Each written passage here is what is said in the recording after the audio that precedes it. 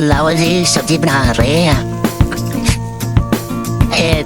कदे चौला वास्ते लोमारे चौल बनावांगे, बाकी दी बनावांगे सब्जी।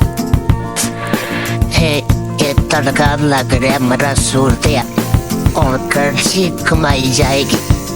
यूरो यूर से चंगी तरह भुनेंगे, लाल करेंगे, फिर मारेंगे कर्जी। फिर बात देखो वेदर टू गुड है।